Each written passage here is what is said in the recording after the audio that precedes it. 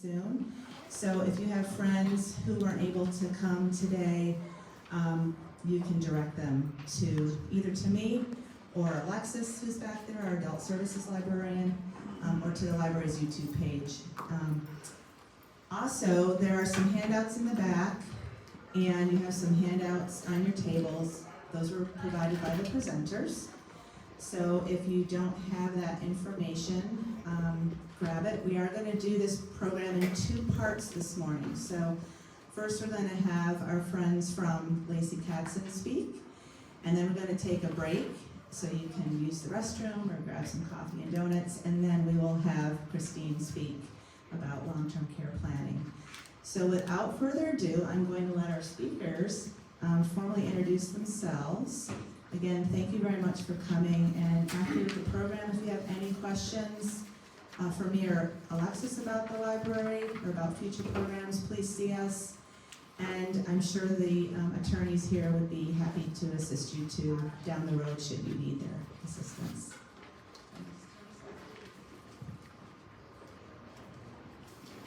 Good morning, everybody. My name is Nancy McKinley, and I'm with Lacy, Katzen.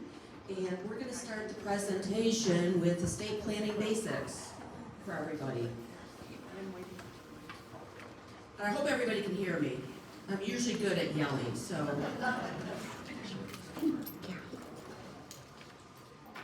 right, if I can figure this out. There we go. Okay, we just have our general disclaimer. What we talk about today is based on today's law. So if you're going to be looking at this 3 years from now, things could be totally different. So we always tell clients, check with an attorney, review your estate plan every 3 to 5 years, just to make sure it's still up to date and accurate.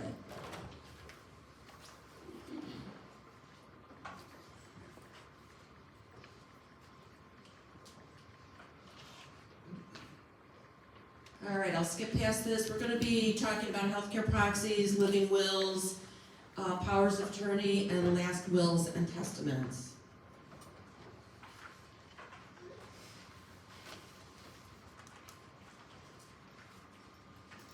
All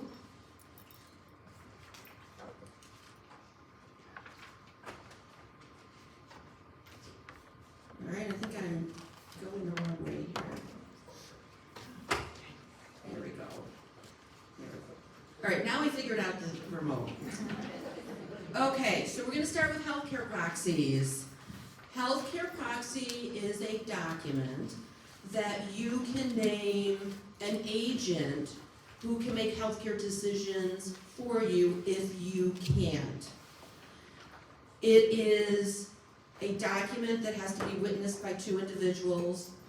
And what I always tell clients in making this decision as to who to appoint is you want to have a conversation with the person that you are going to appoint as your healthcare agent to make sure that if you're not capable of making healthcare decisions, that they're going to make the decisions that you want.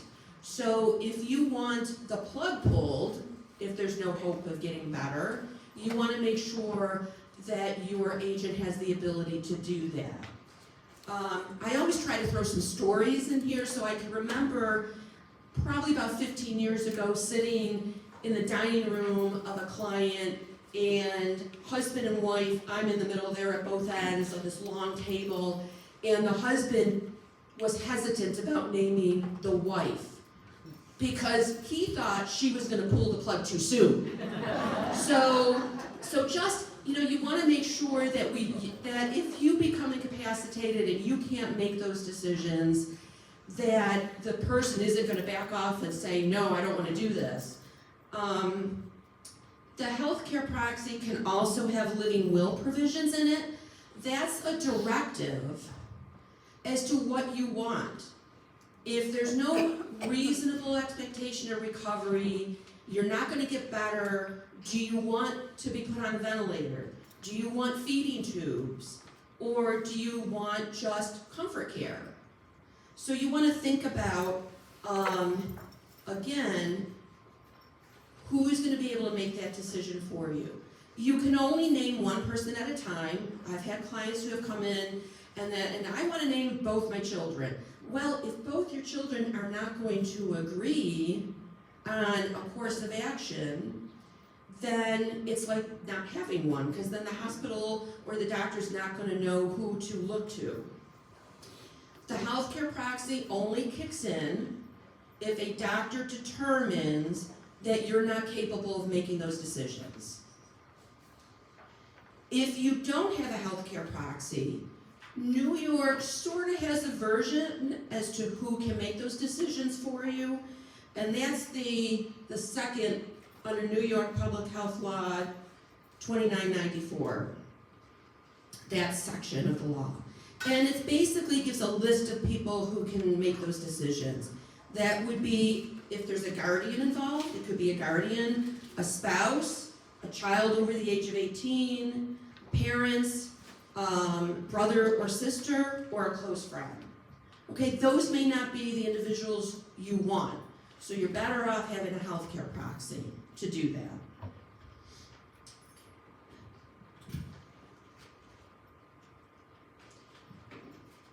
All right, I want to talk a little bit about MOLST.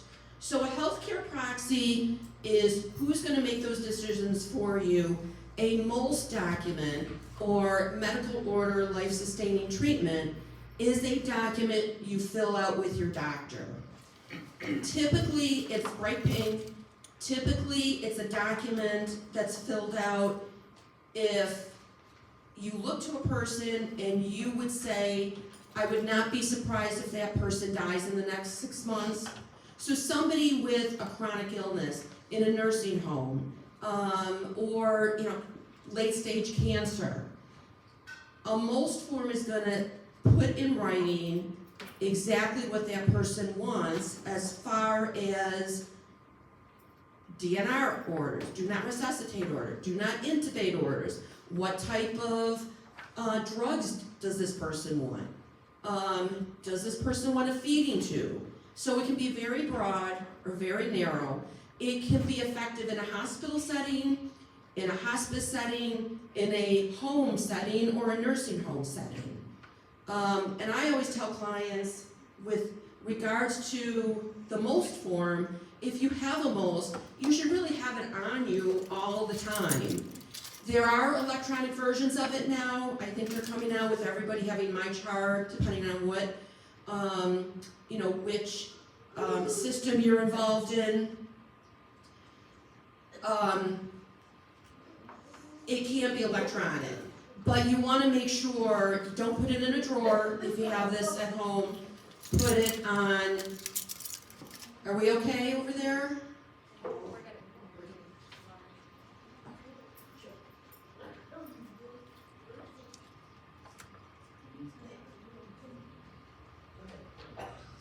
Okay. So you want to make sure that this bright pink form is not put in a drawer somewhere, it's put on the fridge. Somewhere where if the paramedics are called, they can see it. Because the paramedics, because it's signed by a doctor, can abide by what that document says. I also tell clients, if you have a healthcare proxy, what I'm starting to tell clients today, not 20 years ago, when I was healthcare proxy for my parents, I kept it in the trunk of my car, so I always had it with me. Today I'm telling people, most people have smartphones. Keep a copy on your phone.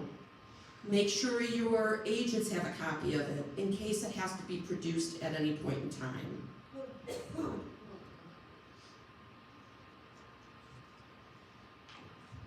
Okay, next topic is donating organs. This can be done in your healthcare proxy. It can be as broad or narrow as you want. Disposition of remains. I use this document if I have clients coming in and maybe they don't have family, then who's going to make those decisions about what their wishes are as far as burial goes? Do they want to be cremated? Do they want burial? What do they want? You can actually designate in this document, which is legally enforceable, what you want and who's going to make those decisions for you.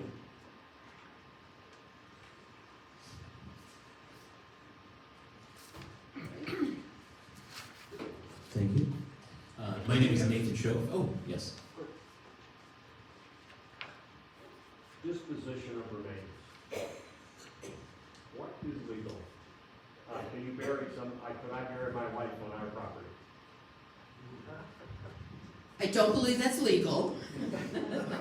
I don't believe it's legal. I've had a client who wanted their ashes spread over, whatever body of water. I don't think that's legal as well. I'd have to look into more detail as to what is legal or not, but in most cases, it's, cremation, it's, do you want to be buried in a cemetery? I'd have to look into that in more detail with regard, I don't know if you know that. Sure. So I don't know the answer to that exact question, but I did actually, a couple of years ago, have a client who wanted me to look into a private family cemetery. So you can create a private family cemetery in New York, but there are very strict regulations with regards to that. So you have to create essentially a cemetery corporation, because New York wants to make sure that people who are buried lawfully aren't abandoned, that somebody's going to take care of that grave moving forward. Additionally, there are very stringent distance regulations as to how close it can be to a thoroughfare, how close it can be to a residence.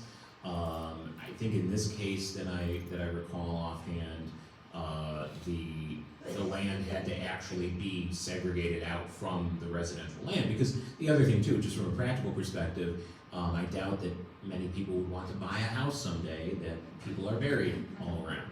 It's not the most comfortable thing.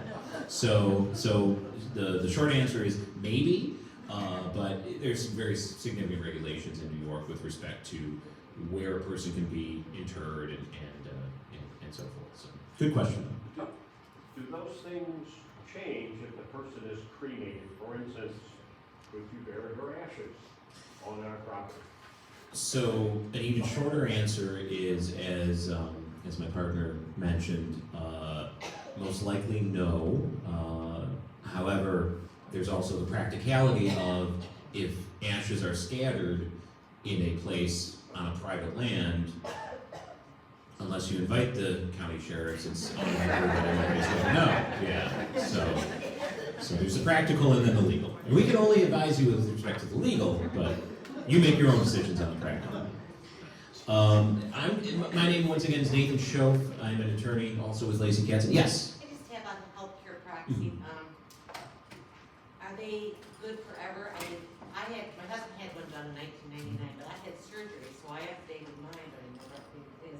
Are they good for a period of time, or forever, or should we do? They are good for as long as the person is living and as long as it's stipulated in the document. So the healthcare proxy, correct me if I'm wrong on this, but the healthcare proxy can specify a date that it ceases to take effect. So let's say a person wanted a limited healthcare proxy agent because they knew they were going into a major surgery, but after that they didn't want anybody else to handle their medical care. They could say, I'm having surgery on October 1st, this healthcare proxy is effective until, let's say, October 31st in case it gets delayed or I'm in the hospital, but then it ceases to have effect. Most healthcare proxies, in my experience, are of unlimited duration, so as long as a person is still living. Thank you. Let me turn now to powers of attorney. So a power of attorney, very, very different than a healthcare proxy. So the healthcare proxy only appoints an agent to make healthcare decisions for you. The document does often include language to say, including paying medical bills, but the power to pay medical bills, again, is very, very limited. So the power of attorney is a document in which you appoint someone to have the authority to make financial decisions for you and or assist you with financial management. That could be as simple as writing checks, depositing funds into a bank, opening and closing bank accounts, paying your taxes, paying your property taxes, but it could also be buying and selling real estate on your behalf, gifting property, and I'll get to that in a moment. Now, there's several different types of powers of attorney, and I'll give you what the different types are, and then kind of mentioned what we commonly see in the estate planning realm. So these you may have heard about. There's durable versus temporary. Durable just means it lasts for as long as you live, unless you revoke it. Whereas temporary, again, just like I mentioned with the healthcare proxy, you could specify a specific date or event that the power of attorney ceases to take effect. The temporary ones I almost never use in the realm of estate planning, but I've seen these used before with sometimes real estate or other corporate transactions, where it's literally, just for the sake of this transaction, I want to appoint an agent to sign things. But that's, in my experience, rare in the estate planning. There's also springing versus immediate. What I mean by that is that a power of attorney, by default, is immediately effective upon you signing it and the agent signing it and being witnessed, which I'll get to in a moment. But you can also put language in the power of attorney to say that even though it's durable, meaning it lasts for the rest of your life, it only officially takes effect on a certain event or a certain date, right? So that would be what we call springing into effect.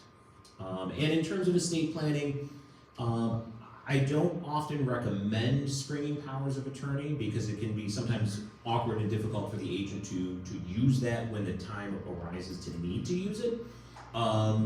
However, with that being said, some clients feel very strongly they only want a springing power of attorney, so we can do that. But most powers of attorney that I prepare for clients tend to be durable and immediate. Okay. And then there's finally limited versus general. You'll also see in the text general power of appointment. That's what we're really talking about with respect to estate planning powers of powers of attorney, because one doesn't, the limited power of attorney is really, again, for those specialized transactions, be it real estate or some other kind of corporate transaction.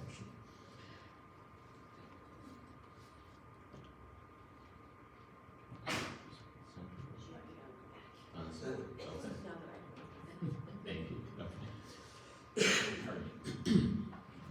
So some special things to think about. Well, the power of attorney law changed pretty dramatically in 2021. In June of 2021, a new form of statutory short form power of attorney was promulgated by New York State. And now, with that being said, if you did a durable power of attorney prior to 2021, those old powers of attorney, as long as they were lawfully, properly signed, witnessed, notarized in 2020 or prior, they're still legally effective, okay? They're what's called grandfathered in, meaning that they're still given effect.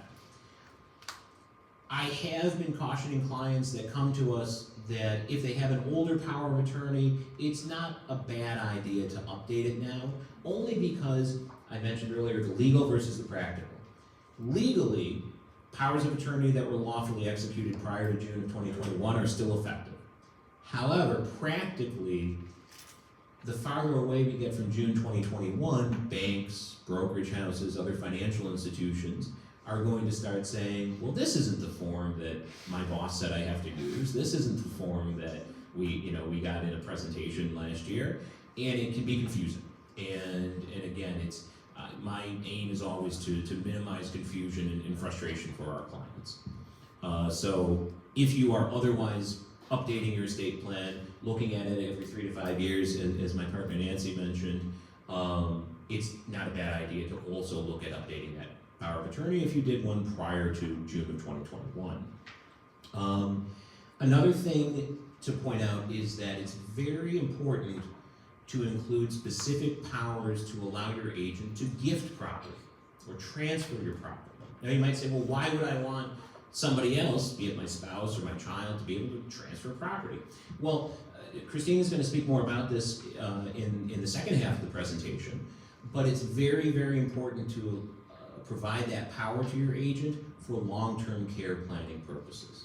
And I can't tell you how many clients or prospective clients I've run into that unfortunately don't have that gifting power because they didn't think about it when they did the power of attorney 20 years ago, or they were concerned about it 20 years ago, and now when they're at a situation where they need that gifting power, in some cases, we have to scramble to have a new power of attorney drafted and signed. So that's very important. Another very important thing to think about is that the statutory short form power of attorney that's printed by New York State, that's I'm sure available here in the library, and available publicly and for free in a lot of places. The statutory short form often is not enough to cover what folks need for estate planning purposes.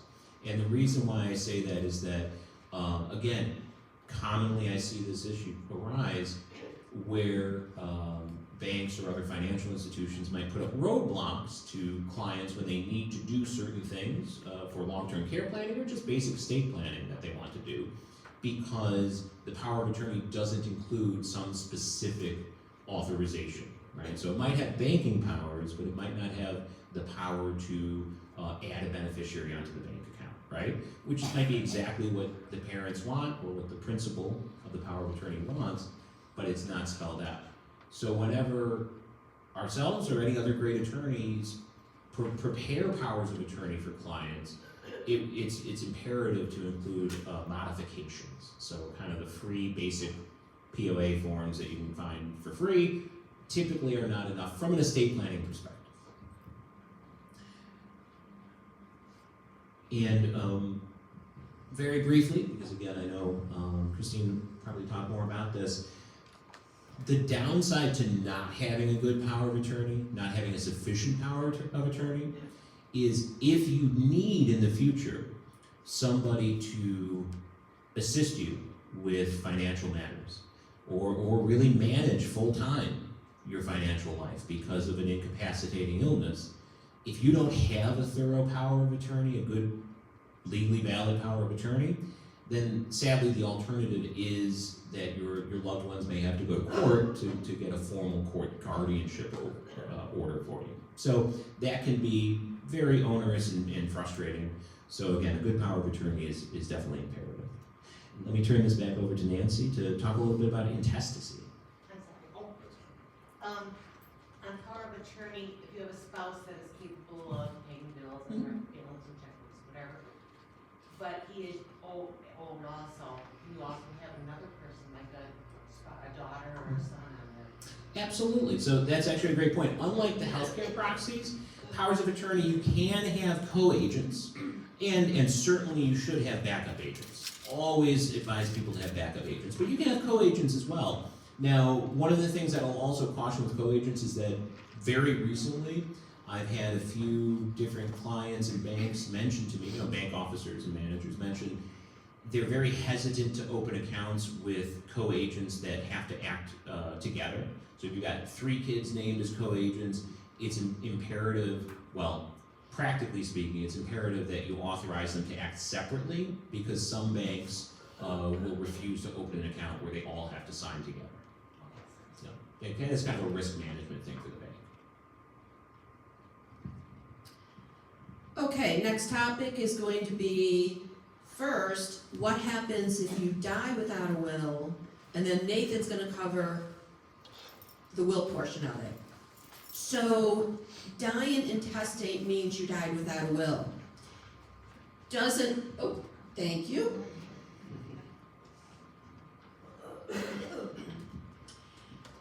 So, even though you die without a will, New York has its, quote, version of how your estate is going to be distributed.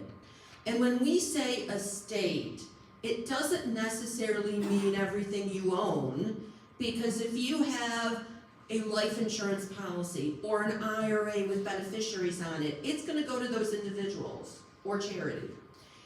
If you have a joint account with your spouse or with a child, if it's structured as joint with right of survivorship, it's going to go to the survivor at your death. If you're on your deed to your house with your spouse as husband and wife, or on your companion as joint with right of survivorship, it's going to go to whoever is the surviving person. However, if you're married and everything goes to your spouse, because everything is non-probate, or it's not part of your administration proceeding, then at some point it's going to be in one person's name. Then what happens?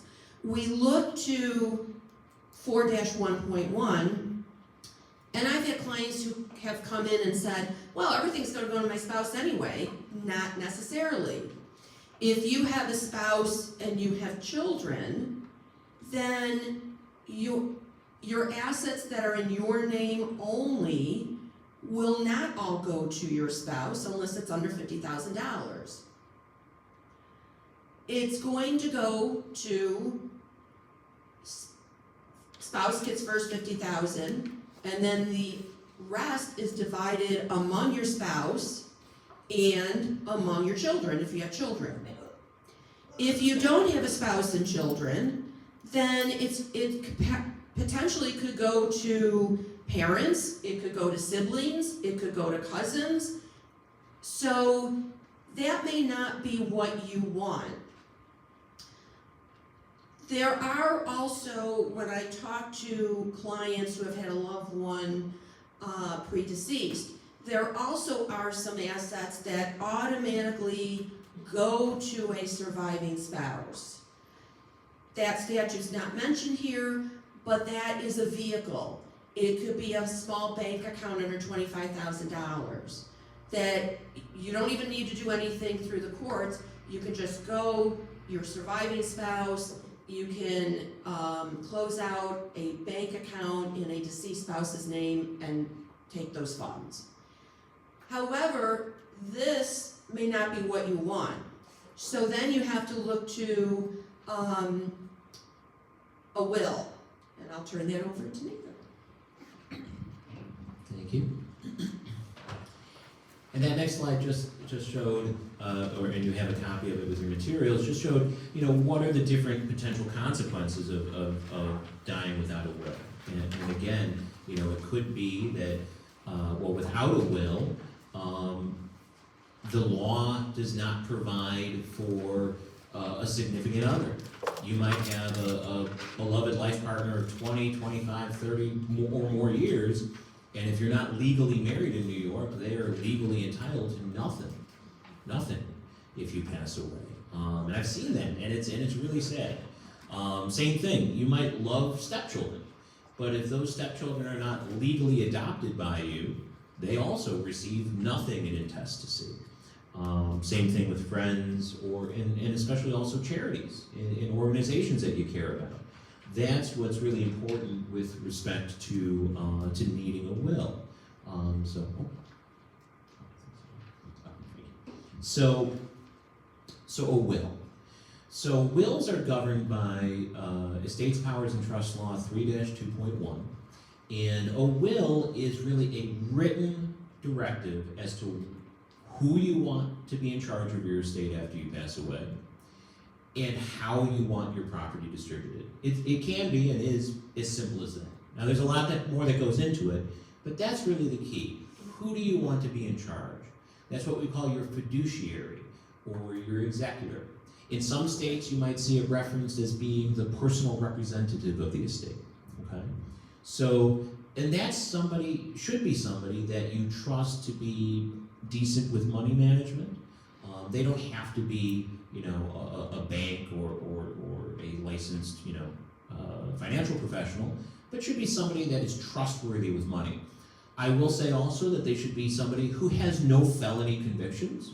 And I know you chuckle, but we have had a few cases this past year where loved ones appointed a trusted loved one that they trusted, but the person sadly had one or more felony convictions, and that can, although it does not always, but it can significantly disqualify a person from serving as a fiduciary. Courts treat this a little bit differently. It's not an automatic bar to serving as a fiduciary. So I'll give you a couple of examples. There are cases where, a person got a felony DWI 20 years ago. The court might appoint them, and they've been fine ever since, the court might appoint them as an executor. But if they had a theft conviction a couple of years ago, because it's theft, and it's a felony theft, court's not going to appoint them executor. They deem it that the person's untrustworthy. The executor also should obviously be somebody who's mentally competent, doesn't have a history of drug or alcohol abuse or a history of significant mental illness. Another thing to point out is that your executor doesn't have to be a U.S. citizen, but does have to be either a U.S. citizen or a non-citizen who is a current, and when you pass away, active lawful resident of New York State. So I've seen that in a few situations of kids or family friends who might be very trusted and very trustworthy, and but maybe they just never bothered getting U.S. citizenship. If they live here in New York, there's no problem with that. If they live out of state, they could not serve by themselves as an executor. Now, likewise, if they're a U.S. citizen living in England or in Germany or in Australia or Japan, they can still serve as an executor, even though they're living outside of New York, because they're a U.S. citizen. At the end of the day, what the law and the courts are looking for on that is to ensure that they have enough jurisdictional control over the executor to prevent and avoid somebody absconding with the money. So where I've seen this, and luckily I haven't seen any kind of absconding with money, but where this could be a concern, especially for clients here in New York, is if you've got a loved one or somebody you appoint as a personal representative who might be a Canadian citizen, and they're living in Quebec or they're living in Ontario, and if they alone get appointed executor, they could grab the cash of the estate, go back up to Toronto or Montreal, and never see anybody again. And it would be nearly impossible for our courts to get them back here in New York to hold them accountable. So that's kind of where that process comes in. Now, I'm sorry, yes? So you can have a co-executor? You can have a co-executor, yes, yeah. Especially in the context of a non-citizen executor, you can and should have a co-executor. But even if they're all citizens, they all live here in New York, you can definitely have co-executors. More than two, I usually recommend against. Co-executors, I generally recommend against unless there's a really good reason for it. One good reason or good example is I have a lot of clients who are blended families. Stepkids from both sides, and maybe they love everybody equally, and so they want to treat both sets of children equally. So they might have a representative, after both spouses die, have a representative from both sides of the family, so to speak, to keep everybody honest. Right? So that's a good example. But it can be challenging in probating the will if one executor lives out in California and one lives here in New York or in North Carolina. Not impossible, but just logistically difficult. Okay. Now, another very, very important part of the will, of course, is naming who you want to have receive property under the will. Okay, and that can be something as significant as your home. That's what we would term a specific devise of property, if you ever hear that term. But it could be something as simple as a family heirloom, or jewelry, or something that you care very strongly about. I do not advise clients to list every single little piece of property in their will, unless, again, it's something that is of significant sentimental or financial value. So if you've got an artwork, maybe, you might want to give all of your tangible property, that would be art and jewelry and personal effects and so forth, equally to your kids, but maybe you want to get that very expensive piece of artwork, maybe you want to donate to a museum or give to one child who is, beloved of artwork, So things like that, what we call specific bequests of property. It's important, of course, also to have a residuary bequest of property. That residuary bequest says essentially everything else that you might own that you haven't already mentioned to certain persons in certain proportions. And again, that can be anyone in the world. It doesn't have to be the list of people that we showed earlier who would take by default, right? It can be, and I have wills where it's like that, but it doesn't have to be. So you could include a family friend or a niece or a nephew, or a charity or an organization in your will that otherwise would not receive by intestacy. And you could alter the proportions. You might have 4 kids, and one child might be better than the others, or one not as good as the others, and you can alter those proportions. Another thing that's very important is that you can establish protections on money through a will. So let's say, for the sake of argument, you have 4 kids, you want to treat them all equally, but one of your children is significantly disabled. And if they receive, and we'll talk about this in a little bit, but if they receive their inheritance outright, it could disqualify them from Medicaid that they're on, or from Social Security or supplemental security income, or other public supports that they receive, and which in the long run might be worse than them getting that $100,000, right? So in those circumstances, you can also name a trust for that disabled child. Or maybe you have minor kids, or minor grandkids that you want to provide for, right? With a will, you can appoint guardians for the minor children. You can also establish trusts for those minor kids or grandkids up to a certain age. So if you want to give grandkids a significant sum of money, but they're 10 years old right now, and you don't want them to squander it until they, maybe turn 25 or 30, you can establish a trust within your will, a testamentary trust is what we call it, that appoints a trustee, somebody that has ongoing authority to manage and control that money for the best interest of the child or grandchild. So there's a lot of important things that a will does, and it's very important too, I'll point out, to counsel with an estate planning professional, an attorney, to execute a will. Yes? If you have percentages, Mm-hmm. like you said, you can have your cousins getting some, and other people different, so you've got percentages. Mhm. How in the world does your executor determine what, your whole estate is worth? So they know to take this much, which is 10% of it, for this person. How does that work? Well, that's their job during probate. During the probate process, the will is submitted to court, and once the court, sees that it's valid, the court will issue letters testamentary to the executor, and then the executor has the lawful authority as a representative of the estate to go to each of those different financial institutions that you have accounts at, if presumably they're part of the probate estate, and get official valuations of them, and liquidate them, and put together a pool of money. And after 7 months, which I don't want to waste time on, but that's a statutory period that the estate has to stay open. But after that 7-month period, the executor would be responsible for accounting to the beneficiaries to say, okay, this is how much money was brought into the estate. These are the expenses that we paid. Maybe mom or dad had some debts. Here's the debts that had to be paid from the estate money. Here's what's left over. You get 10%. This is the value of 10%. And then the beneficiaries of the estate would be requested or asked to sign receipts and releases to acknowledge that they've been provided with an accounting, they agree with it, and they're going to get that money. So it's the executor's job to do it. Yes? Does the executor get a salary, and also, is it advisable that they work with a lawyer at the same time? So yes and yes. The executor, you can think of it as a salary. The law calls it a commission.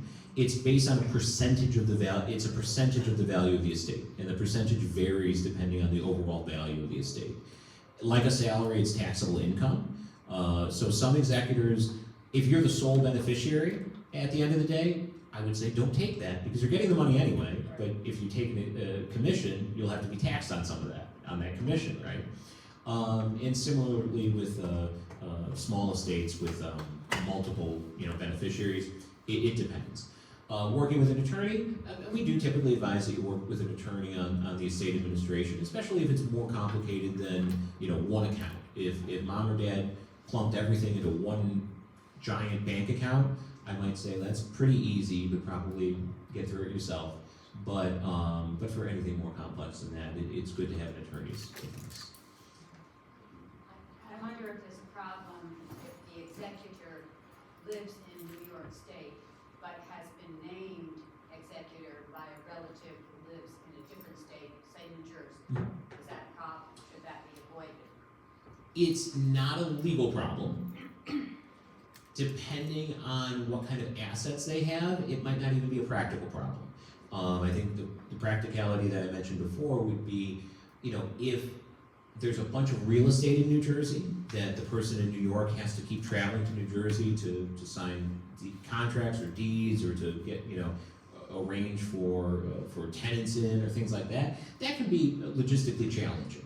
It's not wrong, it's not illegal, and it might not even be bad if the executor is otherwise very skilled in that, but it can be practically challenging. You're welcome. And last thing I'll say about wills is maybe more important than having, or as important as having an attorney to help you with probating a will, is really to have an attorney to help you with writing and signing the will. I am representing clients in at least 2 will contests right now where the decedent did not hire an attorney, and the will is, for lack of a better term, extremely suspicious, and it cuts out people who would otherwise receive money if there was no will. And I'm representing some of those people because it's extremely suspicious, and it, in my argument and opinion, is invalid. Licensed, skilled estate planning attorneys know how to sign and create wills that are valid. And the law actually provides a presumption of valid signing when an attorney supervises that signing. So if you have no attorney and you just print out a form and fill it in and get your friend or neighbor to sign it, or as a witness, there's no presumption of validity as there would be if you hired an attorney. And the other thing too is that more importantly, attorneys can help you, avoid some of the pitfalls and avoid maybe some of the challenges that would come up later on. Yes? Excuse me, if you have a will already through an attorney that is probably 30 years old, and that attorney has died or retired or whatever, do you have to do anything? Or is it still valid? It has never been updated, and you don't have a lot of, only have 1 child. So that's another one of those legal versus practical questions, which is that legally, if you haven't revoked it, it's still valid. Even though it's in her maiden name, she's married, has grandkids, whatever. It might not be doing what you want it to, right? But it might still be legally valid if it was properly signed, witnessed, and everything at the time it was signed.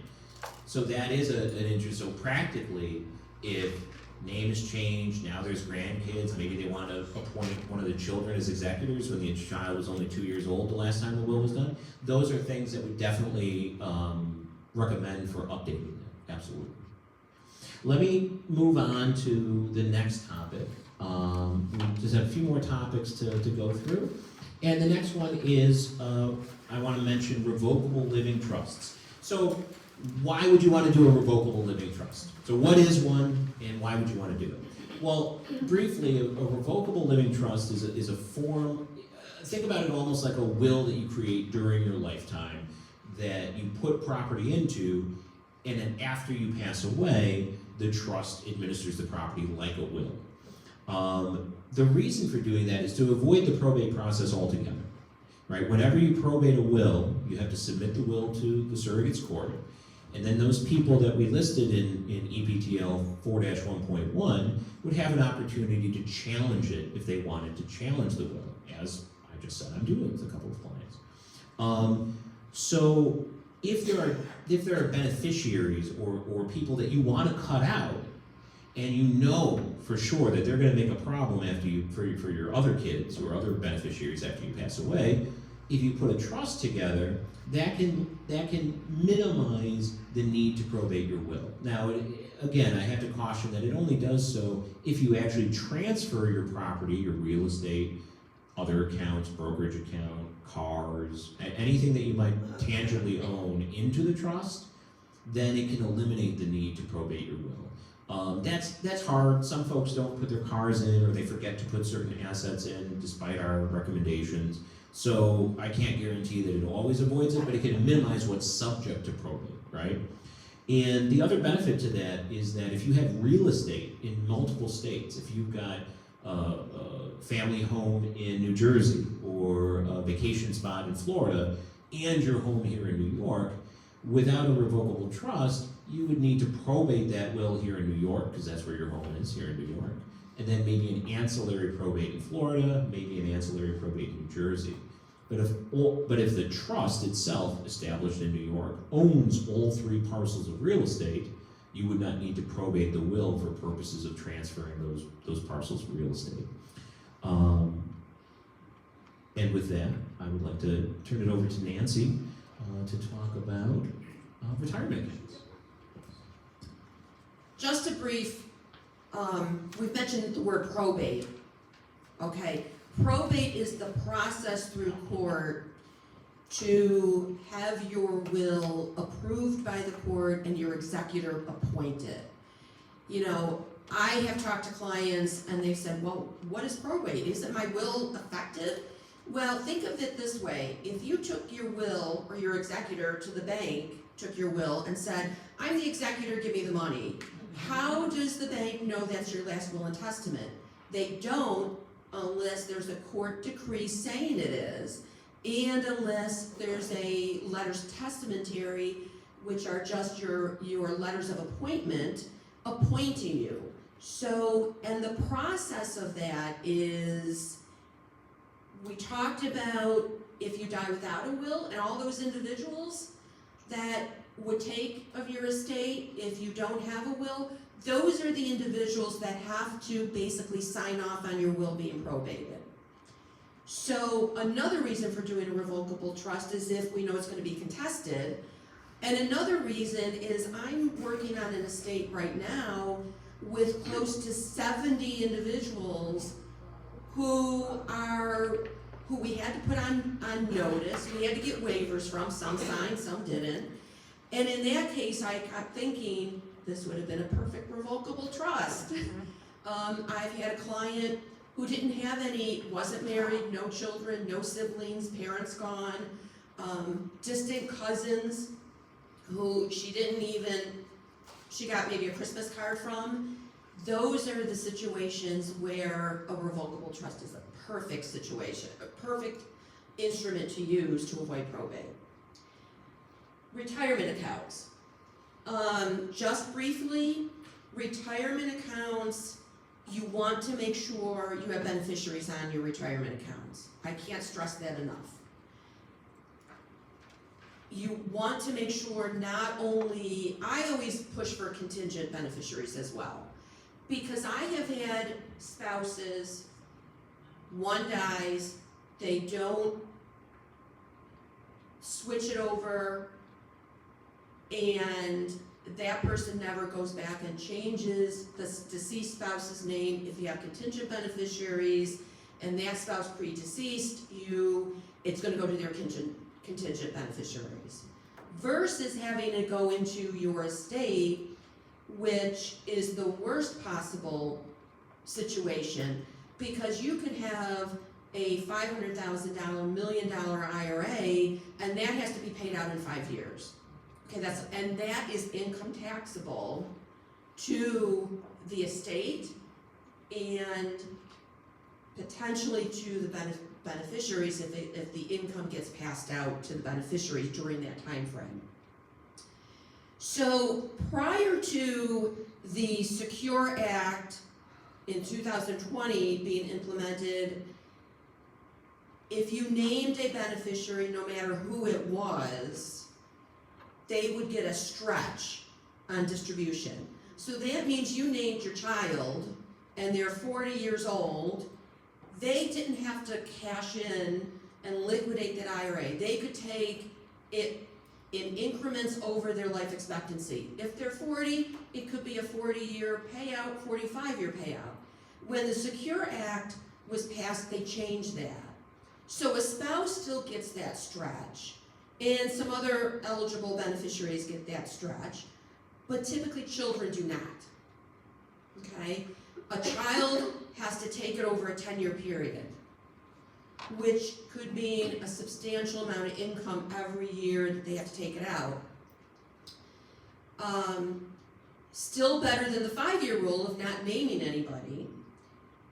The eligible designated beneficiary for the stretch rules is a spouse, a minor child, a disabled beneficiary, and a person who is less than 10 years younger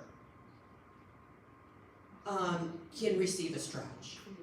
So one of the things we talked about before the presentation is, you know, if you're charitably minded and you want to name a charity or give a donation to a charity, I do charitable planning with some of my clients. The first thing I look to is your retirement accounts, because a charity is going to get a bigger bang for the buck because they don't have to pay income tax on it. Okay, they're going to get 100% of it, whereas your children or any other individual has to pay income tax on what comes out. So if you're charitably minded, you might want to keep that in the back of your mind, whether it's your RMDs or whether it's at death. You know, I have clients who don't have any family and they want to leave everything or leave some money to family, but they also want to benefit some charities. Look to the IRAs.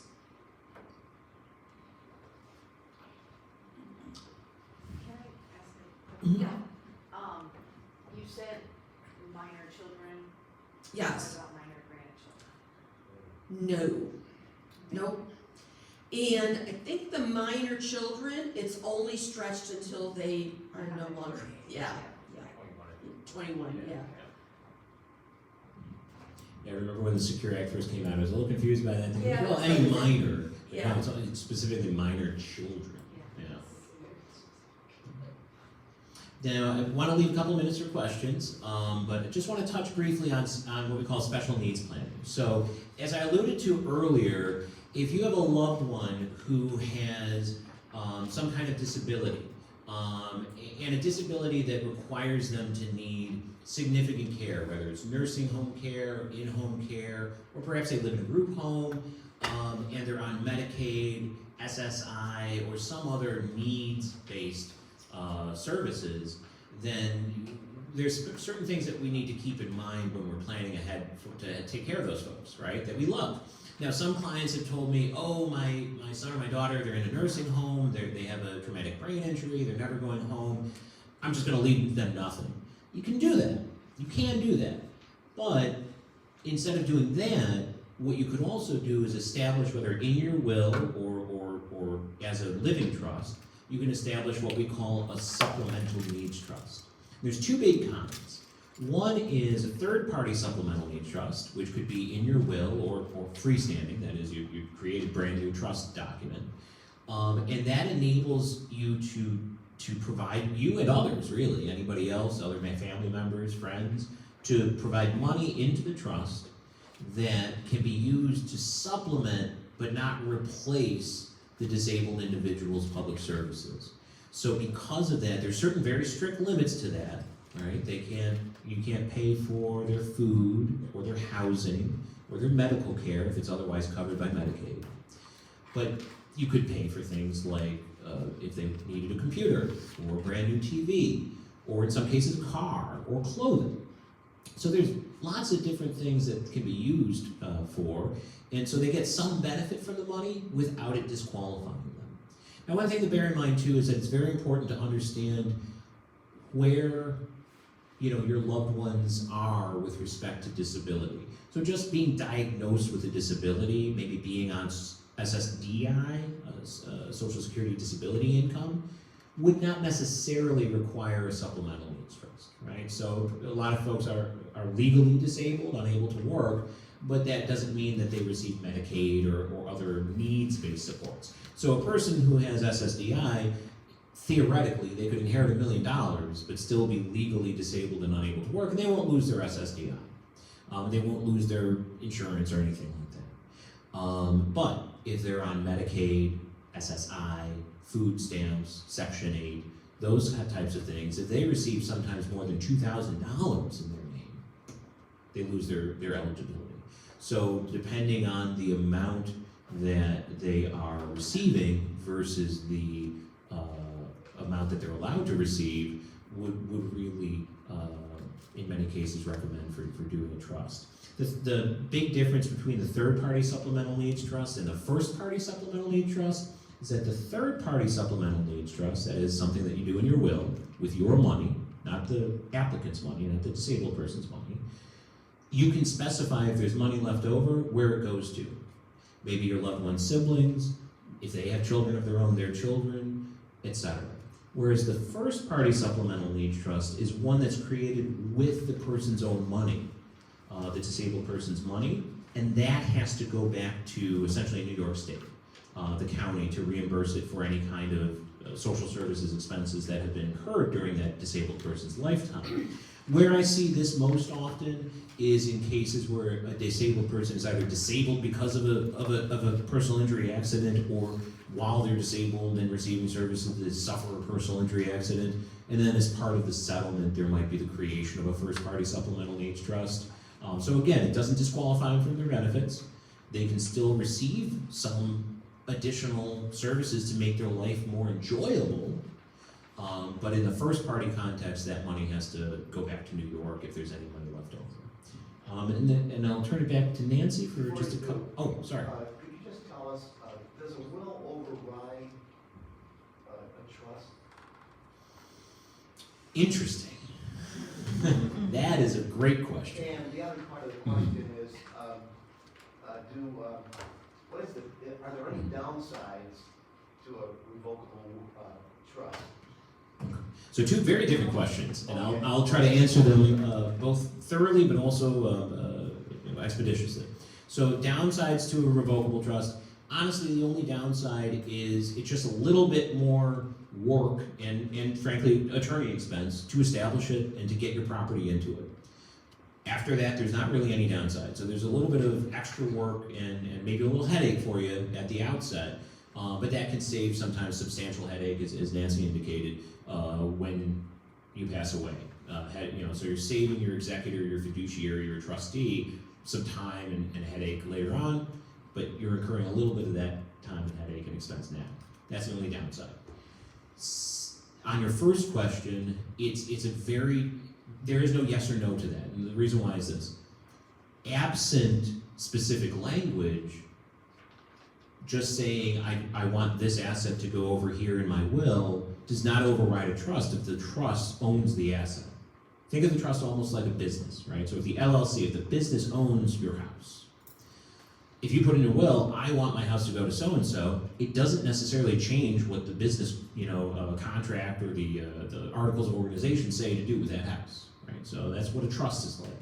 However, most trusts, revocable trusts in particular, will often include what's called a power of appointment, which is a confusing legal term meaning you as the creator have the power in your will to say, I am exercising specifically this power of appointment granted to me in article such and such of my trust to transfer such and such percentage or such type of trust asset to so-and-so instead of Mr. A that was originally named.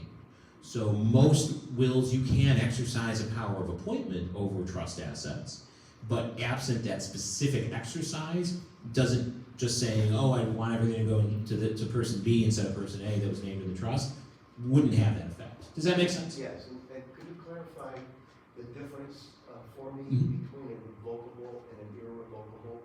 Sure. And I'm sure Christine's going to speak more on that in just a few minutes, but a revocable trust is one in which you as the creator of the trust have full and unfettered power to amend it, change it, revoke it. It's includable in your estate for estate tax purposes. It is includable in your estate for long-term care purposes, whereas the irrevocable trust, depending on the language included, may allow some change to it, but it is not something that you as the creator can revoke or take money out of necessarily. It may be excluded from your estate in some cases, it may not be in others, and it very likely, I'll let Christine talk more on it, I'm sorry, but it can also be excluded from your estate for long-term care purposes, and Christine will elaborate on that, I'm sure. Great questions, though. And let me also turn it over to Nancy to talk about another method of special needs plan. Yep, so just briefly, because we're running out of time here. So, ABLE account. So, ABLE account is a type of account you can establish through New York State. New York has a website. If you Google New York ABLE, it'll pull up the website. It's actually, I think it's a very good website. It tells you what it is, how to establish it, how you can use it. And basically, it's for a disabled individual who was disabled prior to turning 26. So, and it allows the disabled individual's funds or resources to be put into that type of an account and still qualify for SSI or other benefits, public benefits. If a person is on SSI, you can only have up to $100,000 in it, but it's supposed to allow some independence for the disabled individual. You can have funds going in it from a third party, the individual's funds can contribute to it, and some of the, if funds are used or coming out, if it's exempt type funds used for exempt type needs, then it can also be non-taxable. So it's designed to give some independence. There could be like a debit card attached to it so the disabled person can use it. It can be a standalone tool, or it can be used with the Supplemental Needs Trust.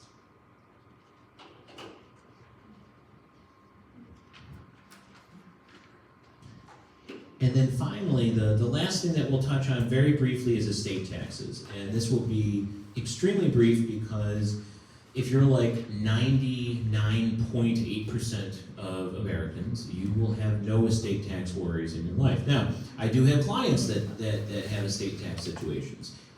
Big takeaways, the details are there on the slide and in your materials. The big takeaways really are that New York State estate tax exclusion amount is roughly half of what the federal estate tax exclusion is. It's still very generous at $6.5 million, and it's indexed for inflation. If your total, and when we say the total estate, we mean your retirement accounts, your life insurance, your real estate, no matter where it is, literally anything and everything around the world that you own or have any ownership interest in is going to be counted for your estate tax for New York State and federal estate tax purposes. So don't underestimate yourselves. But if even at the most generous estimation you're looking at, $4 million that you have, don't lose a wink of sleep about New York State or federal estate taxes. Now, with that being said, I do have several clients where they are maybe at that bubble, near the 6.5 million, or maybe they're above it. And if they're above it or near it, there's still a lot that we can do to minimize estate tax burdens for really your beneficiaries, your heirs, whether it's your kids, grandkids, or other people you care about. Because, truthfully, when one spouse passes away, there's an unlimited marital deduction. So at the first spouse's death, nobody is going to, be looking for estate tax payments from the surviving spouse, with the one caveat of foreign spouses, or that is non-citizen spouses who wind up living abroad. That is also an extremely tiny amount of people, none that I've ever met. But so suffice to say, do your calculations, and if you have at or near $6.5 million, please call an attorney right away. But if you don't, you do not need to worry about estate taxes. I know we're a little bit over time. I don't want to keep you from the snacks and the coffee, and I don't want to eat into Christine's time. But if you have any other questions, we're here and we're happy to take other questions during the break. Care, and that can look like services that are coming into your home. And what I want you to think about is if there's some kind of accident or illness or disability, then what kind of services would be of benefit to you? So when there's an accident or illness, that's not the time to be thinking about long-term care planning. You want to be thinking about this when you're doing well when you feel fine, because then you're not in a crisis situation and you can make a better plan. When you're in a crisis situation, inevitably there's panic, and then your entire family gets involved, and then they give their opinions, and it doesn't really give you the opportunity to think through what you want. So you never know for sure if you're going to need long-term care. But I'm of the mindset that you plan for the worst and you hope for the best. So when it comes to housing decisions, there's really a few options that are good options in terms of where you can age. So we talk about aging in place, and this is a relatively new term. Aging in place really means just staying in your own home. That's the goal. Then there is independent living. Independent living is really the next level of care where maybe you're moving to a retirement community or a home that has a homeowners association, and there are some level of services that are being provided in terms of maintenance for property, right? Very, very common out here in the Fingerlakes region that your home probably has lots of land associated with it. You might be mowing that land or still farming that land. Independent living would be letting go of your property in exchange for having the property being taken care of. Assisted living is the next level of care, and assisted living is where additional services are being offered. And those services could look like someone who comes in and cleans your home or apartment, or for example, meals are being provided. Again, now, increasing services that are being provided. And the last level of care is nursing home care, a nursing home facility. I'm going to go into each of these a little bit more in depth. So, aging in place. You can get almost any type of service to come into your home. You might already be doing this. So, some of the most common things, low-hanging fruit for most people, lawn maintenance, right? So if you are riding that zero-turn mower across your acres, and you're doing it for hours a day because you love mowing, I respect that. And also, there should be a plan in place because maybe your spouse doesn't love your zero-turn mower. And maybe, if something were to happen to you, they would need to know who to call. So this is where it's time to start thinking about, making a list. Maybe it's the neighbor's kid that's gonna come out and mow the lawn. They can even use your zero-turn mower if you're so generous as to let them. The idea is that you want to start to think about, what are the things that you can let go of to improve your quality of life. Some of these things may cost a lot of money. Others may be free. Some of these things are things that you can have someone pay for you. In terms of services, you just have to start thinking about what it is that you need and what are those key considerations. So the very first thing I talk about with any client in terms of aging in place is your home sustainable? What do I mean by sustainable? If you live in a 4-bedroom colonial that you raised your children in, it's probably not sustainable. Why? Because there are stairs. There are stairs that go upstairs, stairs that go down to the basement. You have to think about your laundry. Are you carrying a laundry basket down into the basement on your hip? The most common route to a nursing home is through a hospital. Someone is carrying something in their hands. They've gone down those stairs a million times before, but this time they miss the step at the bottom. They fall. They break a hip. They break a knee. Now there's an emergency situation. They're moving into surgery. And then from surgery, they're going to need short-term rehabilitation. And then from short-term rehabilitation, if they don't recover, they might not be returning home. So this comes back to your home being sustainable to begin with. If you do have stairs, I don't necessarily consider that to be the make it or break it. However, I do want to know, is there a bedroom on the first floor? Is there a master bathroom on the first floor? A half bath is not enough. If there's not, are there accommodations that can be made? Meaning, can you put a bedroom on the first floor? can we turn that half bath into a master? If the washer and dryer is in the basement, can you follow those lines and run them up so that they're, next to the kitchen? That's what I want to think about in terms of sustainability. So, if you're looking at your home and you're starting to think, well, that could be dangerous, those are the little red flags that should prompt you to start thinking about, is it time to sell? And the real estate market in this area in particular has been a seller's market for a number of years. And now there is particularly low inventory and desperation amongst buyers. Even though mortgage interest rates have skyrocketed, we are still finding a number of cash buyers. But because people are so hesitant to sell, they don't know where they're going to move to, right? More of this conversation about what does this look like in terms of housing options, we're finding there's low inventory. So if you're thinking about selling, and these are some of the key considerations you're running up against, you need to have a conversation more seriously about whether or not you're going to be able to sustainably stay in your home for the remainder of your life.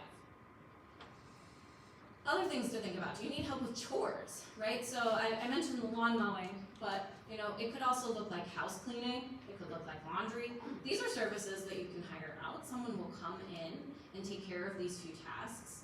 I think about this from a quality of life standpoint, right? It can benefit you to have someone take these few tasks off your plate if it's going to help you stay at home for longer. Same with grocery shopping, cooking. Are those things that are proving to be challenging? If you lose a spouse, this is usually where the cooking goes, right? You may have cooked for your entire life, your spouse passes away, and now you don't really want to cook for one, because it's incredibly difficult to do that, but two, because you've just lost interest, right? It used to be a family dinner, and now it's just yourself. So thinking about, well, where can I get prepared meals, right? Wegmans is a great option for prepared meals, but they're expensive. If you ate every prepared meal at Wegmans, you'd be eating through, hundreds and hundreds of dollars worth of food. So considering what other options can you have that would also help you to socialize, right? There are community settings in which you can have shared meals, or meals that are available for pickup for you. And then medication. Medication is often another factor that pushes people into the hospital system. It's very easy if you take multiple medications and you are consistently, dispensing the medication yourself, to get confused. If the medication changes, and this is incredibly difficult to track, if you take medication at different times because you've forgotten in the morning, if you're starting to notice these little things, it might be time to have a conversation about what tools you can use to help you get your medications on time. Because I have seen where someone is presenting as having lost capacity, and it's a medication issue. Their medication was taken at the wrong time, and now they're getting confused, and it does take the hospitals quite a while to sort through those issues because they don't necessarily see the medication timing and dispensing, and you yourself can't communicate on it, right? Because you're the person who is dispensing to yourself. So that's something really important to keep in mind, because again, in aging in place, we want to keep you safe at home. The next level of care, independent living. So I mentioned 55 and up retirement community. Unfortunately, we don't have many of those in this area. I've looked. There are a handful, but this is not as common as it is in other states. So many other states have retirement communities. You can think of some of the big named ones that everybody has talked about in Florida and other states. They're, attractions almost. Here, we don't necessarily have the same types of communities where it has all of the amenities that some of the ones out of state do. That being said, there are more and more neighborhoods that are becoming integrated, and I am witnessing this, and I do hope that this is a trend that continues in our area, because I do find this to be very valuable, where you might have a single family home, one level, in a neighborhood where the neighborhood is also blended with bigger family homes. As we're watching some of the new developments come up and new developments being built, where I'm seeing an eye towards this type of community, and I hope that trend continues. So if you can find a community like that, that can be beneficial, right? Because then you have a community already of people who can be available to you for social interaction, but also for the community benefits if there, for example, is a community center or a shared pool, things like that. If not, then homeowners associations are somewhat, the next avenue, where a homeowners association community has an organization. They typically have set rules and bylaws in terms of how they operate. And then, again, shared spaces that are maintained by the homeowners association. And this can have a good benefit there in that it alleviates the burden of having to contract out for all the services in terms of property maintenance, right? So here, the HOA fee that you would pay monthly would cover your lawn maintenance, it would cover the snow plowing, it covers the sidewalk shoveling, all the things that are important if, it's not something that you can do yourself. And these communities, in terms of adding cost, are going to add somewhere between $1,000 to $3,000 per month in additional expenses. So again, ideal to age in place, but if you do need additional services and you don't want to have to contract out for each individual one of them, independent living can be the next best option. Assisted living. So assisted living now takes it a step further, because here there really are a plethora of services that are being provided for the residents. It could look like meals. There could be 3 meals a day that are offered through a cafeteria. There could be assistance with personal care services. That could be the laundry, the cooking. There can be medication dispensing. That's an option, and oftentimes would also come with an additional cost because that crosses into caregiving services. And then these types of assisted living arrangements often have campuses where there's going to be on-site staff, security. They're very community-based in that sense. And they too would have social and recreational activities. Assisted living will add about $3,000 to $6,000 to monthly housing expenses. So really, by the time that you have lived in your home or lived in an independent living, that is the focus of where you'd like to stay. But if you can't stay there, assisted living is still a more affordable option than nursing home care. And nursing home care is really, in terms of when people transition, this is typically the last 2 years of someone's life. So this is when someone has gotten to the point that they can't live independently at all, and they can't perform activities of daily living that enable them to live in the lower levels of care. They do need 24-hour supervision. Perhaps they have dementia or Alzheimer's and have become physically combative. Nursing home care is appropriate at that level.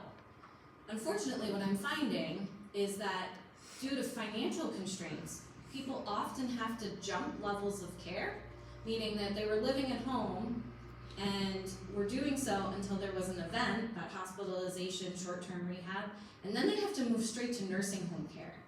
And then it's ultimately becomes a matter of financial resources, because they can have nursing home care covered through Medicaid, whereas all the other levels of care are private pay.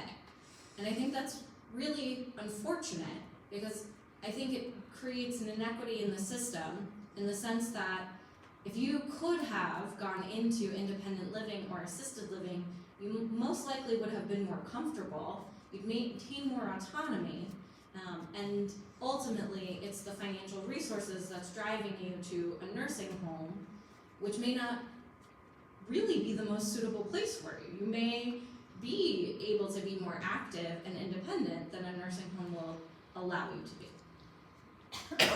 And then in terms of cost, if you were private paying, and I think this is important to really understand, it's about $15,000 to $20,000 per month on a private pay basis. And so, as you hear those numbers, you can think about your own resources and how quickly your resources might be spent down.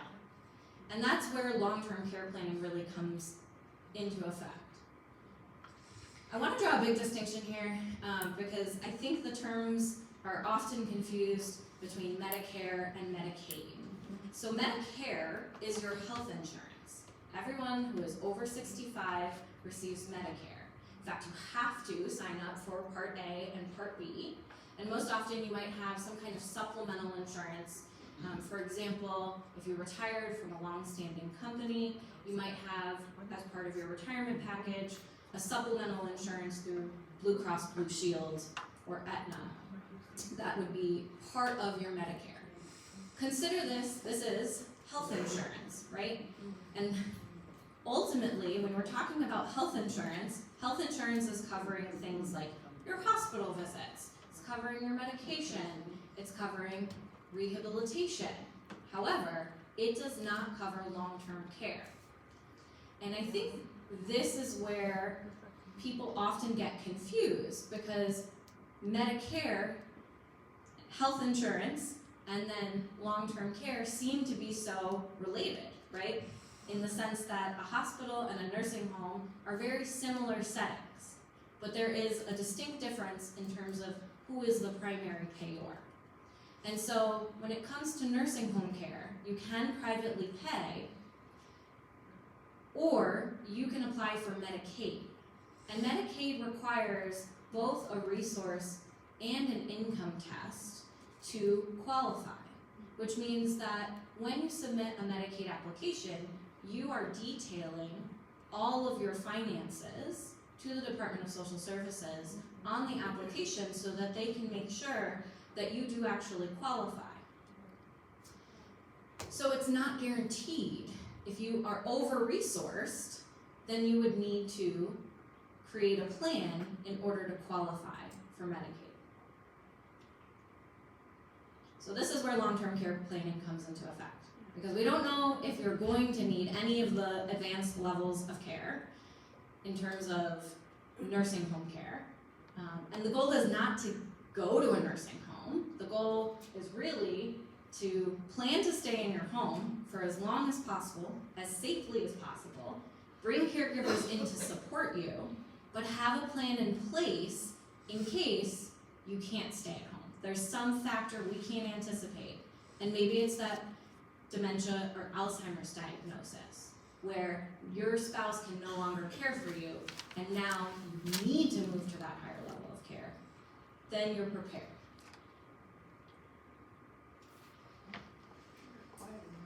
So I'm going to talk quite a little bit here about crisis planning, because this is really the type of situation that most people find themselves in if they don't create a plan. And crisis planning, in my opinion, looks like typically 6 months or less when someone needs a nursing home. Sometimes the writing is on the wall and you know that it's coming. More often than not, that's not the case. It's the hospital visit, short-term rehab, and then there's a frantic phone call. And I've received these calls, and they're very difficult because it's a son or a daughter calling and saying, my mom is in a nursing home, they're telling me we have 20 days on Medicare, and then she has to private pay, and I don't know what to do. And that's a crisis plan, right? So what are the options in terms of crisis planning? I'll be honest, they're not great because it's a crisis plan. You can spend down to acceptable levels to qualify for Medicaid. That is one option. And I've listed out the numbers here in terms of what Medicaid requires you to be below in terms of the threshold for resources. Believe it or not, these numbers increased quite significantly in 2023. They were much lower. Spending down means using your own resources for your own benefit. You can't give away that money to someone else without creating a consequence.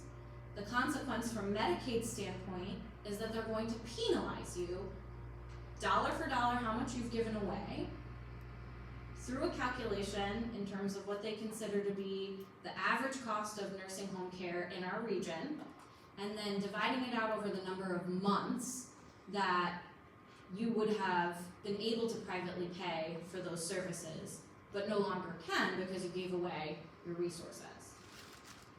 So spending down would look like you are purchasing things for yourself that maybe you didn't need, but you're now buying so that your resources will be below the threshold to qualify for Medicaid to pick up the cost of your care.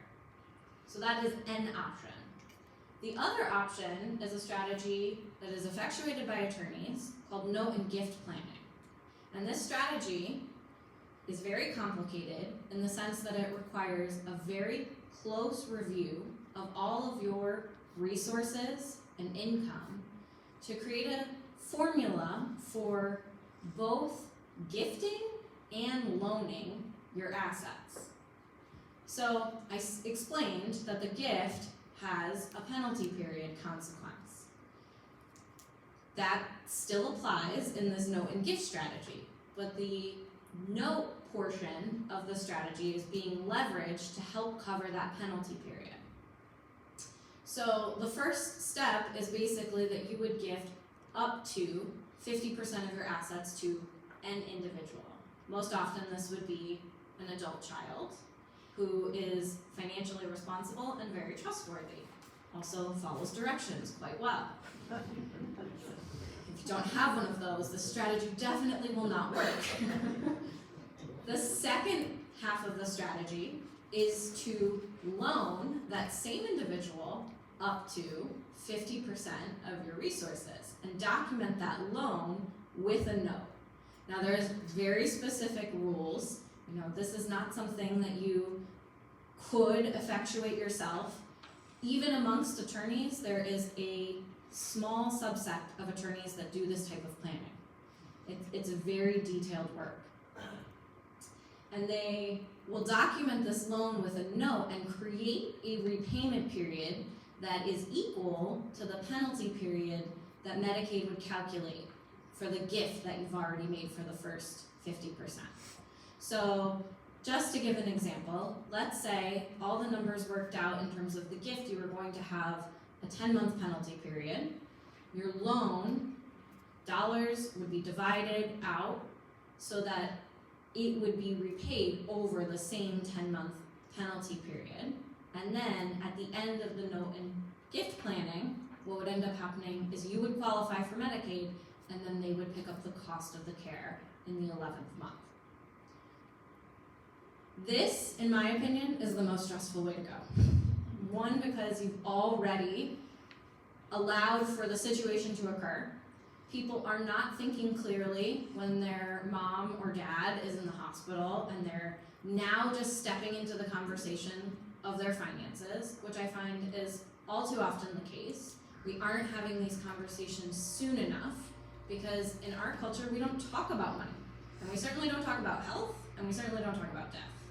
And so if you've never had a conversation with your children and you've done your basic estate planning and you've told them that you're all set and you haven't planned for what's going to happen if you need to go to the hospital and need to go to a nursing home care, it's a little unfair to your children because they're walking into the situation not knowing what you meant by we're all set, and maybe they didn't feel comfortable asking you. So it's really important to start to have these conversations about what you would want. And in order to do that, you have to think yourself about what you want.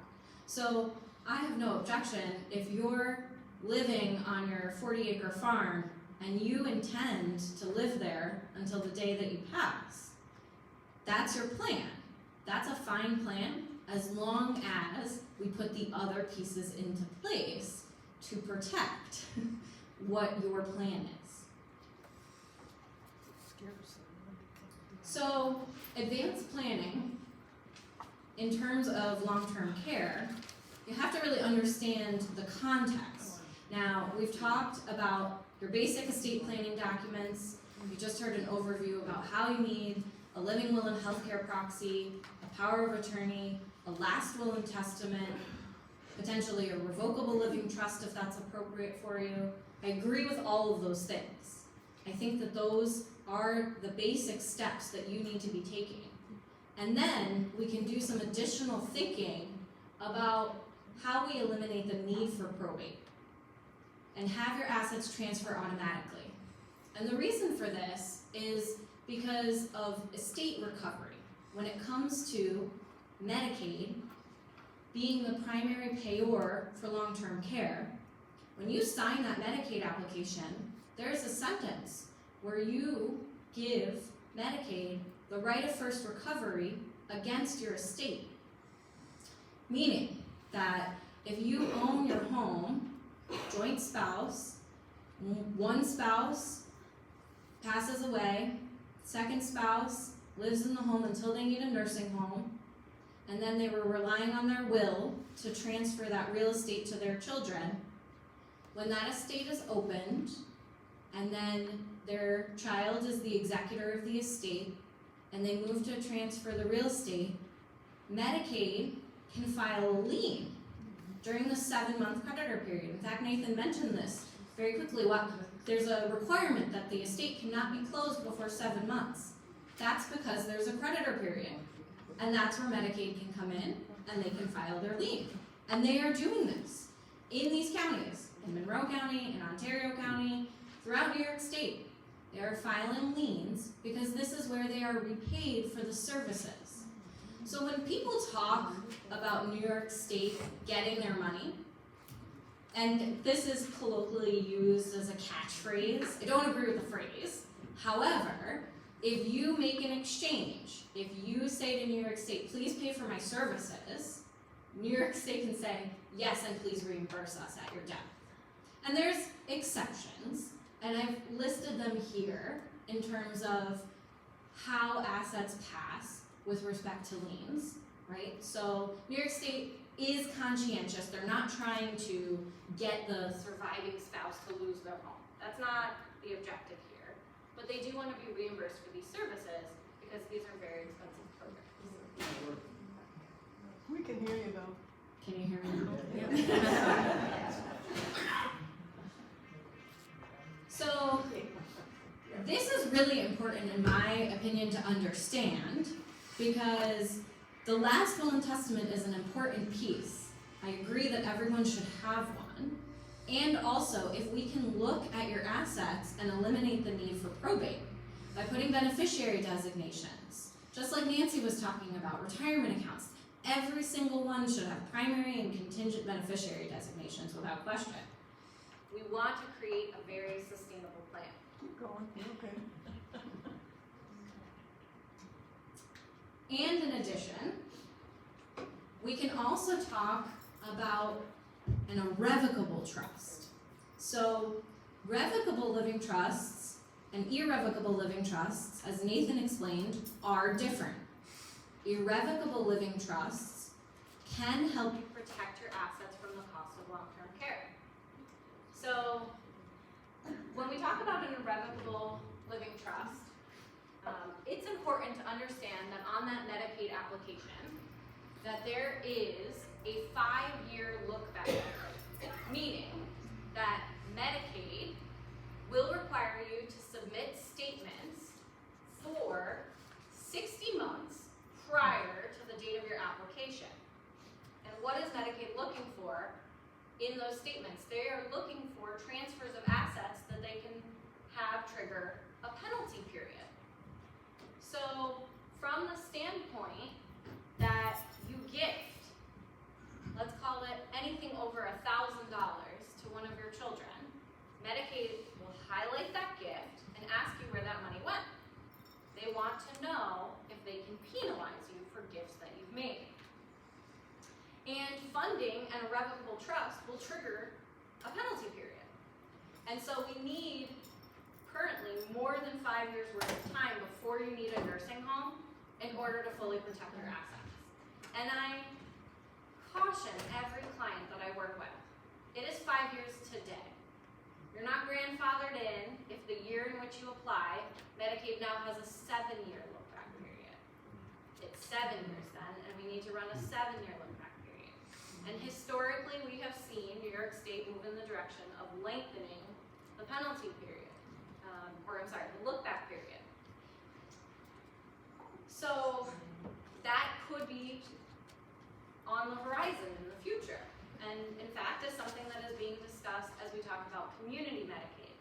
A different topic, not the focus of today, but having a look-back period is something that I think that it's important to understand. It's a moving target. And as it is with all kinds of long-term care planning, we need to adjust your plan as things change over time. Going back to my original statement, you plan for the worst, hope for the best, you adjust as needed. With an irrevocable trust, in order to get the benefit of Medicaid protection, you have to relinquish control. Now this might be the single hardest part of the discussion, because you have to feel comfortable allowing someone else to be in charge of whatever asset that you fund into this irrevocable trust. So, that means oftentimes you're asking an adult child to be the trustee of your trust. And you need to decide who's going to be that person. Thank you. And then you need a backup plan, because it's not just enough that you have a trustee, you need a successor in case that person can't serve. And ideally, we'd have an alternate successor, even 3 layers of protection. In addition to allowing someone else to be the responsible party for the trust, you also have to relinquish control to the principal of the trust. So, what is trust principal? Well, if you have a bank account you're funding into the trust, the dollars in the bank that you're funding into the trust, in its simplest terms, would be your principal, right? If you have real estate that you're funding into the trust, the equity in your home is the principal. You need to be able to let go of this asset without this, idea that you're going to be able to take it back. So the question that I ask, and as we sit down and we look at your plan, do you have enough resources outside of this trust so that you can live comfortably, right? Because if you fund everything into this trust, although you could, if you don't have enough resources on the outside, then you're going to come up against a different problem, which is you're not going to get into the facility that you want to be in.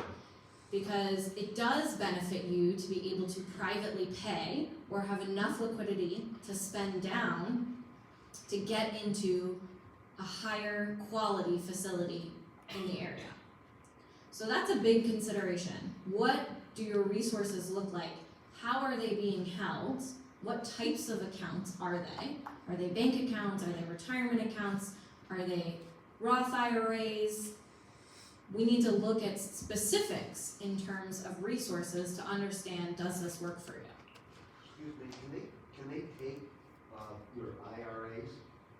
So individual retirement accounts that are pre-tax dollars are exempt from a resource analysis. However, they are included on the income calculation, meaning your required minimum distributions, presuming that you're receiving them, will all be contributed towards the cost of your care, in addition with your other income, less $50. This is why it's really important to have beneficiaries on your retirement accounts, because if you don't have beneficiary designations on your retirement accounts, it's going to then fall into your estate, and then it'll be subject to that Medicaid lien recovery that we were talking about. I know you guys are all laughing about the $50, and I agree with you. I don't know what someone would spend $50 on if that was the last income that they have, but presumably a haircut, I think, is about all you would get.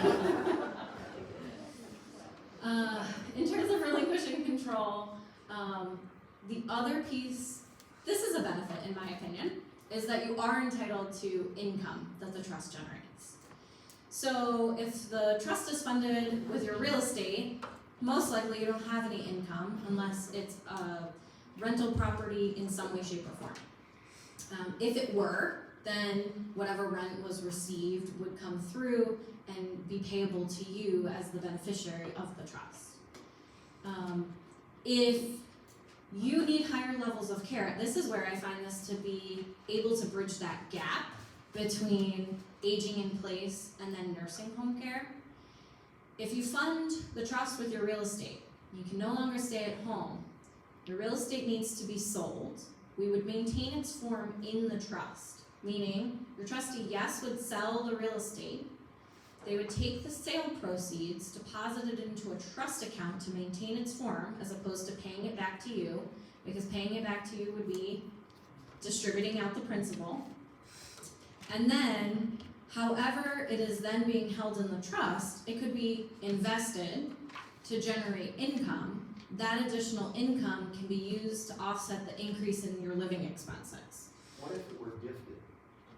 If your home was gifted to your kids, let's say? Great question. So you can do that.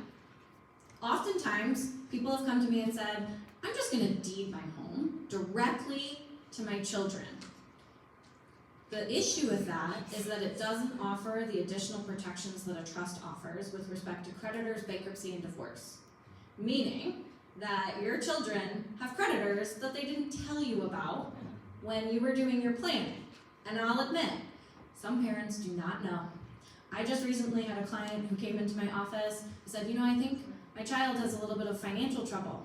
I said, okay, what are your concerns? They shared their concerns with me. I said, I can do a quick search on the county clerk's records to see if they have any recorded judgments. 2 pages later, they said, yeah, I think my child does have some financial concerns and I don't think that they should be in charge of my finances. Let's make sure my plan doesn't have them as my primary point person, right? So you're not always gonna know what the situation may be. And the same goes for divorce or bankruptcy. Again, these are topics that we don't often talk about. They come with a lot of shame, and it's not something you would tout necessarily, especially to your parents. And so if your parents come to you and they say, well, look, we're trying to do this planning and we're gonna transfer our home to you, is that okay? They're going to say yes. They're not gonna say, Mom and Dad, maybe not, because here's why. They're not thinking about that from that standpoint. But it's important that you think about it from that standpoint, because I've unfortunately run into a few situations where deeds have been transferred and the judgment's automatically attached to the real property. That's an issue. Or again, it was a situation where someone said, we're never moving from this home, and then there was some kind of intervening event and they did have to move from the home and they had deeded it, and then their children had to pay capital gains tax on it. So another negative there. Go ahead.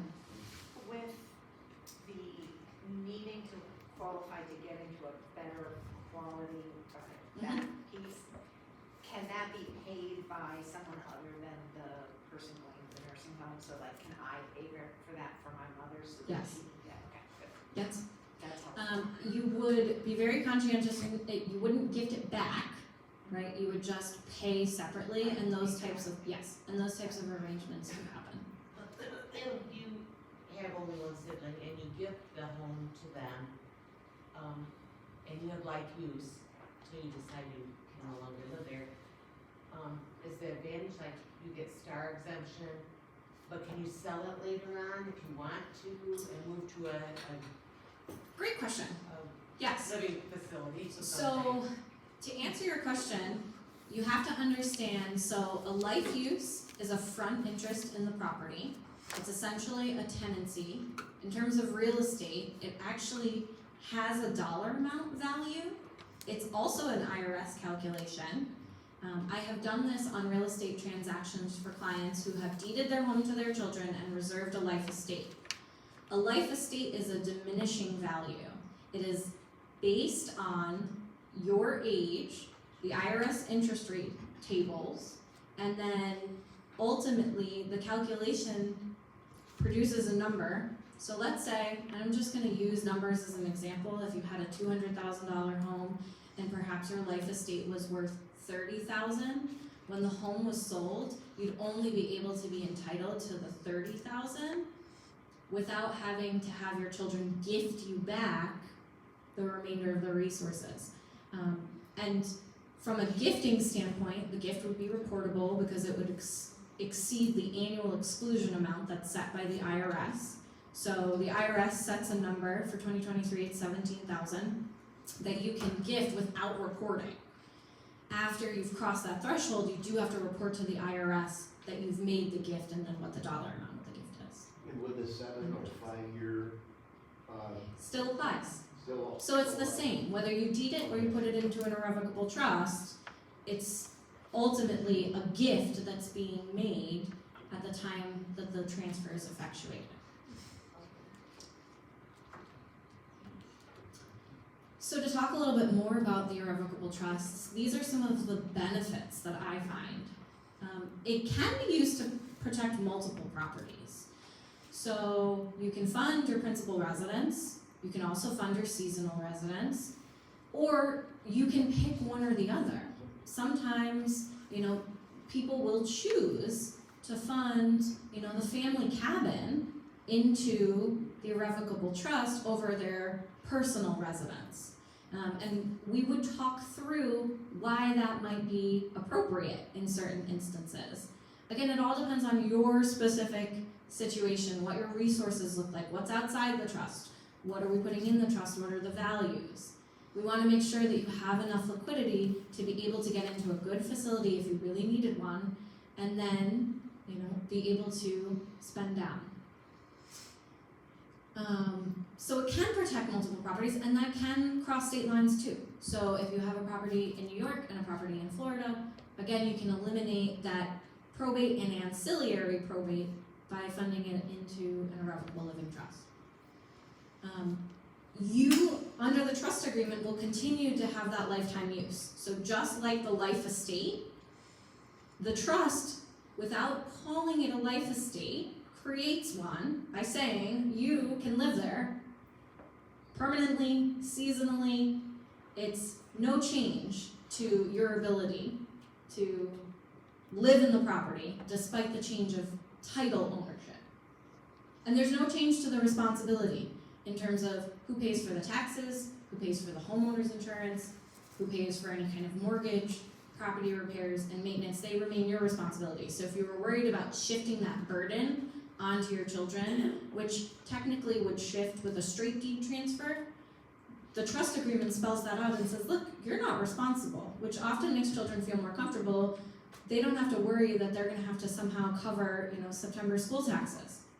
It's a non-issue. And then, one of the most common questions, again, can the property be sold? Can it be rented?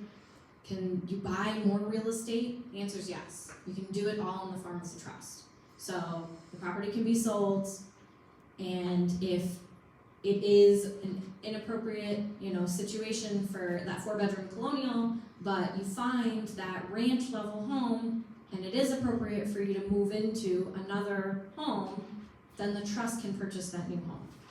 Now, not ideal if you have to, jump through all those extra hoops, but it is doable. Oftentimes, when I have clients, they might be right on the cusp of a decision. We look at what's more important to them. Do we start the clock? Is that more important to them? Or do they just want less work for their children, their trustee, whomever that might be? And then the question about STAR benefits, this is also a big question. Yes, you're still eligible for all of your STAR benefits. And I hardly ever give New York State credit for anything, but I can give them credit for this. They have updated the STAR application online to contemplate this transfer so that you can select from the drop-down menu trust and then trustee, and you can fill out all the information, and they know that you are entitled to your STAR benefits. So it used to be a much more onerous property. I take calls from the town to be like, do they get their veterans benefits? Yes they do. So you're still eligible for all the property tax benefits that you have on the property.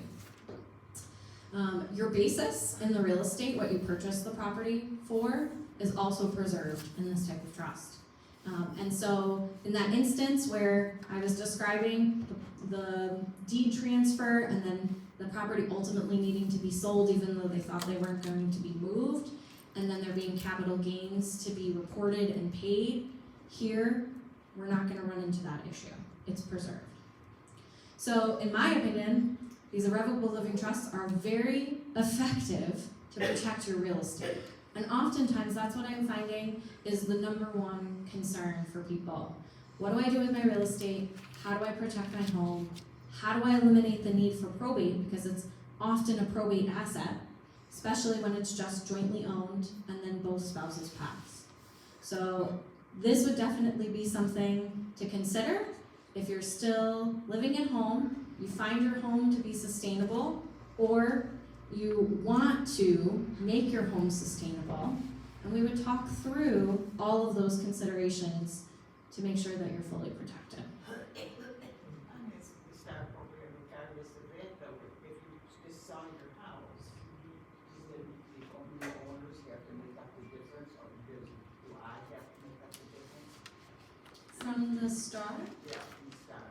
so the municipalities from a tax standpoint know that the transfer has occurred because there is a form that goes along with the deed that reports the transfer. So if this was just a normal sale and purchase of real estate, regardless of a trust, what would end up happening is there would be a recapture for benefits that the new owner is not entitled to.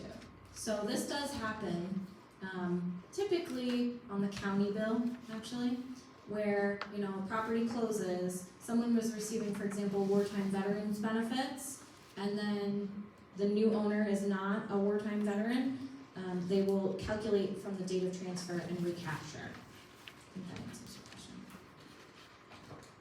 So I have a question about the procedure that a client would use. You're addressing two different needs. I need to update my will, I need some estate plan. Where do you begin? How do you coordinate that? And how many people are involved in the process? You call an attorney. Are you an attorney? I am, and they are attorneys as well. You would call any attorney that you felt comfortable working with, and you would start the conversation of, I need to update my documents, and I also want to have this conversation about long-term care. Yes. Szpet. Thank you very much. If you have additional questions, let me know. I'll be